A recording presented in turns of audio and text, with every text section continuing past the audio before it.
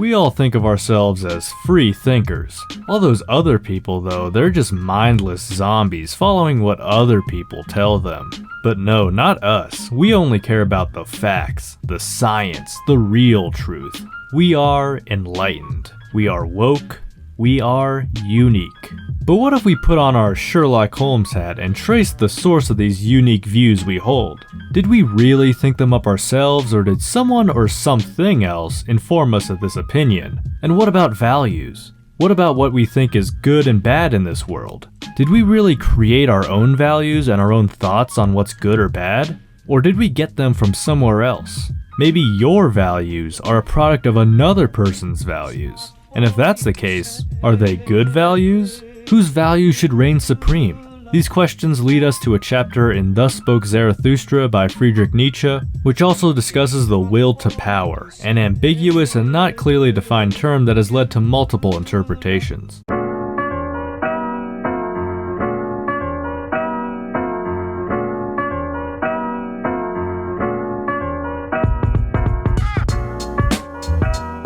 What's up, friends? Welcome back to Philosophy Tunes. We're gonna attempt to get some insight from Nietzsche on self-overcoming and his concept of the will to power. What do I mean by attempt? Well, it's kinda complicated. The will to power hasn't been very clearly defined in Nietzsche's work. I mean, let's be honest, a lot of Nietzsche's writing is a bit poetic, which has also led to multiple interpretations. But I think the concept of the will to power is the pinnacle of this phenomenon. People might look at it more metaphysically, maybe more ethically. I mean, there are a lot of disagreements by very smart people as to what power exactly means. So here's my disclaimer. Instead of claiming that this video is going to be the objective, definitive interpretation of the will to power, I'm just going to be attempting to get my own grasp of it through the reading we'll be looking at. This means that I'd highly recommend you to look at other interpretations, as well as the actual text yourself to determine what you think. Also, last disclaimer, I'm using the R.J. Hollingdale translation. Link will be below. With that being said, hopefully no hardcore Nietzscheans plan on skinning me alive. And let's now look at this chapter on self-overcoming. Nietzsche begins by addressing, quote, the wisest of men, and their will to truth, or the desire to understand the world. What urges you on and arouses your ardor, you wisest of men? Do you call it will to truth?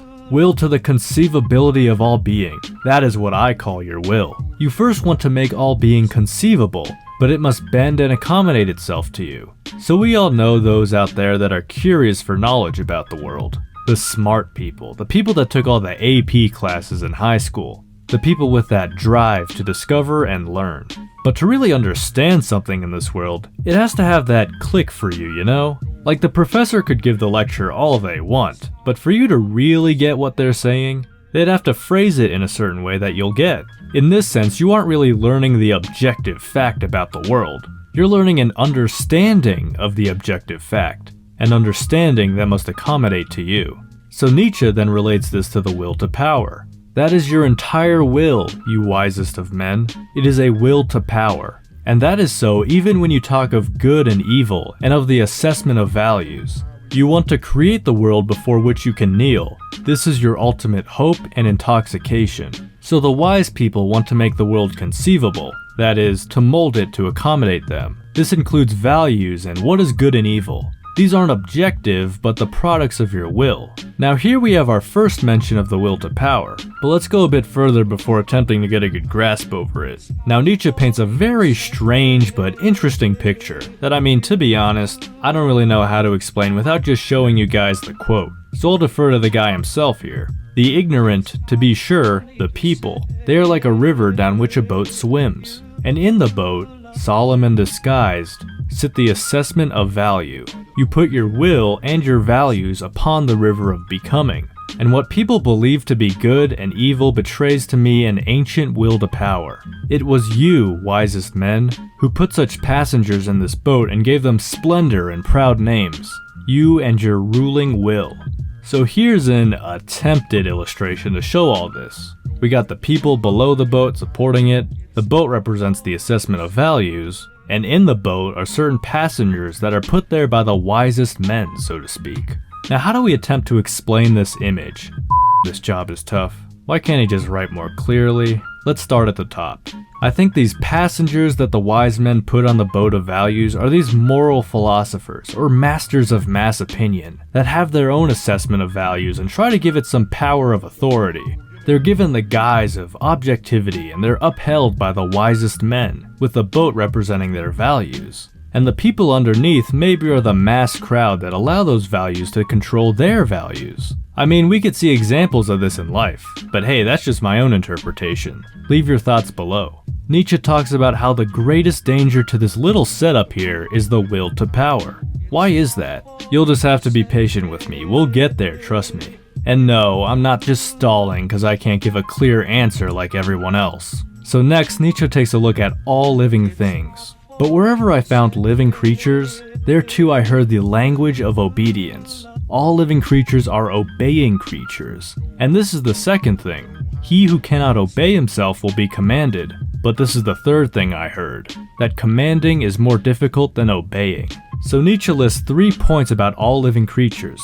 Number 1, they are obeying creatures, either obeying themselves or another. The second point is that someone who doesn't obey themselves will be commanded or obey another. And the third point is that it is more difficult to command than to obey. As for the third point, he mainly points out that this is the case because there's more accountability on the part of the commander than the one obeying. I mean, who are the higher-ups gonna reprimand? You, or the person who's supposed to be in charge of you, watching over you? But here's the other more important fact about all living creatures. Where I found a living creature, there I found will to power. And even in the will of the servant, I found the will to be master. Alright, I probably can't keep you guys in suspense forever. You really want to know my interpretation of the will to power? Well fine, I guess you win.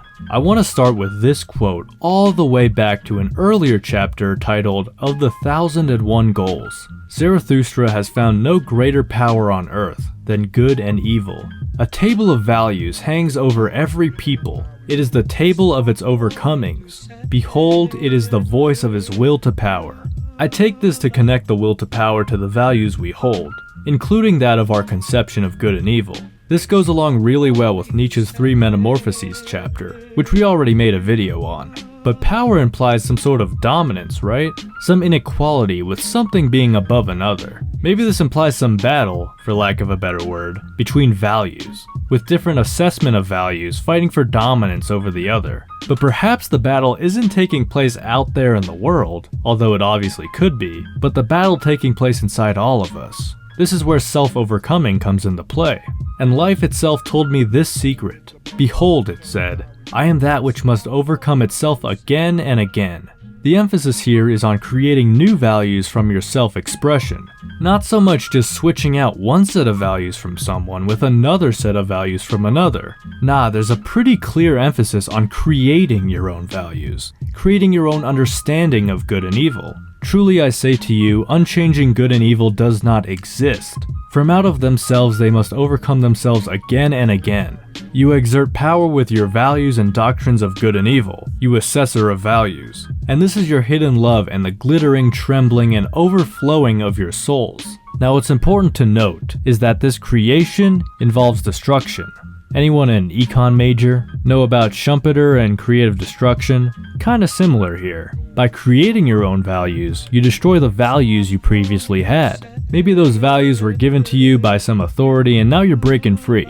But equally likely is that you're destroying some old values you had that you also created. I mean, you're human, you are a changing person. Whatever I create and however much I love it, soon I have to oppose it and my love. Thus will my will have it. And that's my personal interpretation of self-overcoming. Embracing change and embracing creation when it comes to values and our ideas of good and evil.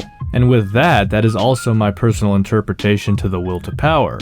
A will to have your own values dominate over the values of others, which could be understood as being an external battle, but I think it's more in line with Nietzsche to think of this as more of an internal battle. Again, I really want to stress that the will to power is a complicated concept with multiple interpretations by people much smarter than me. I didn't even touch metaphysics or any idea of a physical power being exerted. If you're not a big fan of my own interpretation, then no problem. I want you guys to look at other interpretations and see what you think works best. Just know I won't invite you to my birthday party. Just kidding, you're all invited. That's gonna do it for me. Thanks for putting up with me in this video, by the way. I'm sure people with different interpretations are gonna disagree, and that's cool. I actually encourage that you guys share your own thoughts in the comments below. If you enjoyed the video, be sure to subscribe and hit the bell to stay updated for when I drop. And throw me a like button as it helps with the YouTube algorithm. And with that, I wish you all a beautiful rest of your day.